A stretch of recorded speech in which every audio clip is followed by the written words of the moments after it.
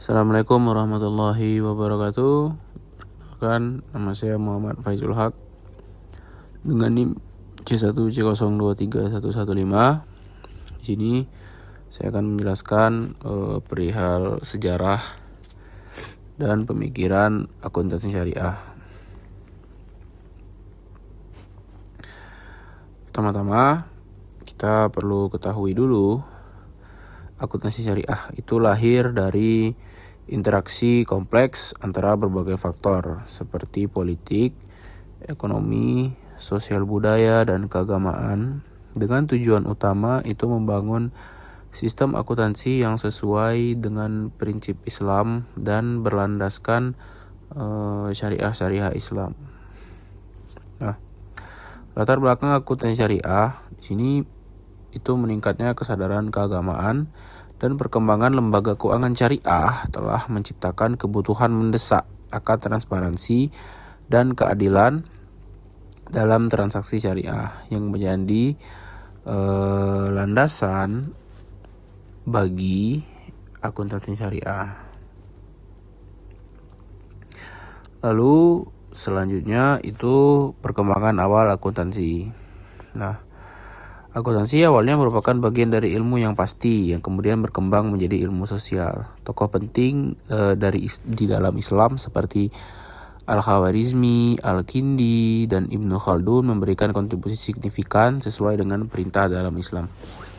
Tokoh-tokoh di sini adalah para penemu-penemu atau para tokoh-tokoh Islam terdahulu yang mana sangat terkenal di dunia ini. Pertama ada Al-Khawarizmi, Al-Kindi, dan Ibnu Khaldun.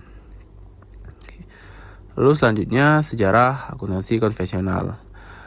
Akuntansi modern berakar dari peradaban kuno di Babilonia dan Mesir. Nah, ada orang yang disebut sebagai bapak akuntansi modern, itu disebut Lukas ya di sini, Lukas Pacioli. Nah, dia dianggap sebagai penemu atau bapak akuntansi modern, meskipun sistem double entry telah ada sebelumnya, terutama di dunia Islam dan di Mediterania, karena ada beberapa penelitian menemukan bahwa dulunya itu sistem double entry itu lebih dahulu ditemukan oleh orang Islam, karena di dalamnya ada tulisan-tulisan Arab atau angka-angka Arab. Lalu selanjutnya teori akuntansi konvensional.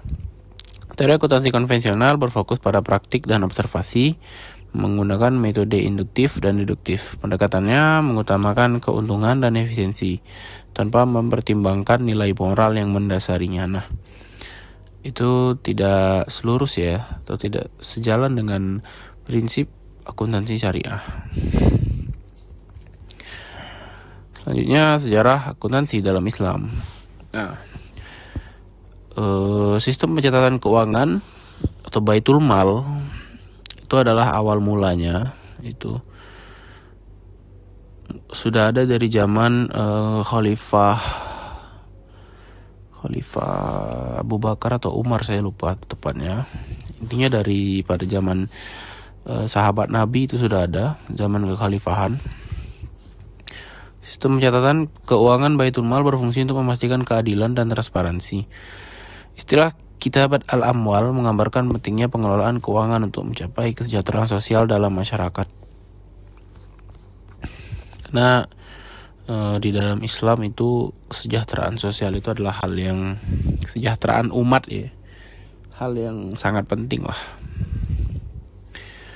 Lalu perkembangan akuntansi syariah pada awal Islam. Pada zaman Rasulullah, sahabat berperan sebagai pengawas keuangan, hafazatul amwal, untuk memastikan keadilan. Nah, Baitul Mal sendiri didirikan untuk mengelola zakat, jizyah, dan kharaj secara transparan. Dari zaman dahulu itu Baitul Mal sudah didirikan untuk pengelola dana-dana umat ya, zakat, jizyah, dan kharaj itu secara transparansi, jadi tidak ada barrier di dalamnya. Selanjutnya perkembangan akuntansi syariah di masa khalifah.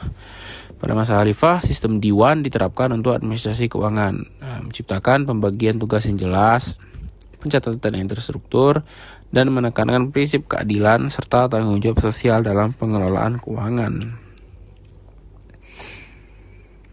Itu ada prosedur dan istilah akuntansi syariah. Akuntansi syariah mencakup berbagai bidang seperti kehidupan, konstruksi, dan perbankan.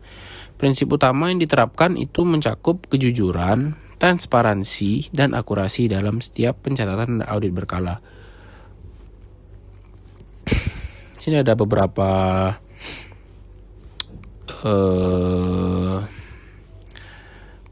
prosedur atau istilah. Nih, berikut prosedur. Pertama, transaksi harus dicatat. Kedua, transaksi harus dikelompokkan. Ketiga, penerimaan akan dicatat di sebelah kanan, pengeluaran dicatat sebelah kiri. Lalu pembayaran harus dicatat dan diberikan penjelasan yang memadai. Lalu kelima, pencatatan transaksi harus dilakukan secara jelas dan secara hati-hati.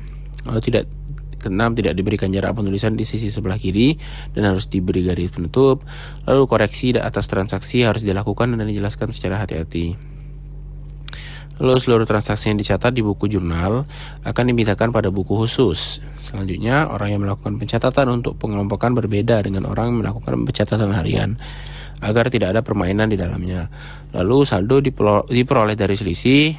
Lalu laporan harus disusun setiap bulan dan tahun. Lalu selanjutnya pada setiap akhir tahun laporan yang disampaikan oleh Al-Katib. Selanjutnya laporan tahunan yang disusun oleh Al-Katib akan diperiksa dan dibandingkan dengan tahun sebelumnya dan akan disimpan di diwan. Selanjutnya, hubungan akuntansi modern dan Islam. Akuntansi Islam berkembang pesat di masa Abbasiyah, dipengaruhi oleh ilmuwan Arab. Penekanannya pada nilai moral dan spiritual membedakan akuntansi Islam dan akuntansi konvensional. Yang mana akuntansi konvensional di sini hanya berfokus pada keuntungan dan laba, sementara pada Islam itu menekankan azas-azas seperti ada transparansi, kesejahteraan, dan lain-lain. Oke, yang terakhir itu kesimpulan. Jadi akuntansi telah ada sejak zaman kuno dan mengalami perkembangan yang signifikan. Melalui peradaban Islam menawarkan alternatif akuntansi modern yang berlandaskan tauhid, keadilan, dan tanggung jawab sosial.